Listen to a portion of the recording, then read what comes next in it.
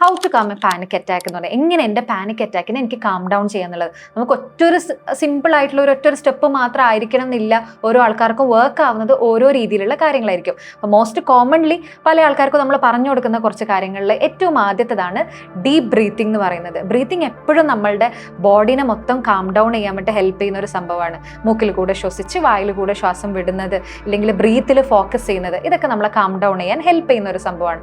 അടുത്തതാണ് grounding technique. Grounding technique കൊണ്ട് ഉദ്ദേശിക്കുന്നത് എന്താണെന്ന് വെച്ച് കഴിഞ്ഞാൽ, നമ്മളുടെ സെൻസ് ഓർഗൻസ് ഉണ്ടാവുമല്ലോ, കണ്ണ്, മൂക്ക്, വായ, ഇങ്ങനെയുള്ള സാധനങ്ങളൊക്കെ ആ പ്രസന്റ് മൊമെന്റിലേക്ക് കൊണ്ടുവരാം. നമ്മളെ കുറച്ചും കൂടി നമ്മൾ ഓവർ തിങ്ക് ചെയ്തില്ലെങ്കിൽ ഭയങ്കര ഒരു ഡേഞ്ചറസ് സിറ്റുവേഷനിലാണെന്നൊക്കെ ആയിരിക്കും നമ്മൾ വിചാരിച്ചിട്ടുണ്ടാവുക. അപ്പോൾ മൊത്തം സെൻസസിനെ ആ ഒരു പ്രസന്റ് മൊമെന്റിലേക്ക് കൊണ്ടുവരുന്ന ഒരു അവസ്ഥയാണ് ഈ ഗ്രൗണ്ടിങ് ടെക്നിക്ക് എന്ന് പറയുന്നത്. നമുക്ക് കാണാൻ പറ്റുന്ന 5 കാര്യങ്ങൾ കാണുക, കേൾക്കാൻ പറ്റുന്ന 4 കാര്യങ്ങൾ കേൾക്കുക, ടേസ്റ്റ് ചെയ്യാൻ പറ്റുന്ന കാര്യങ്ങൾ ടേസ്റ്റ് ചെയ്യുക, ഇങ്ങനെയുള്ള ഒരു സ്റ്റെപ്പ് തന്നെ അതിനുണ്ട്.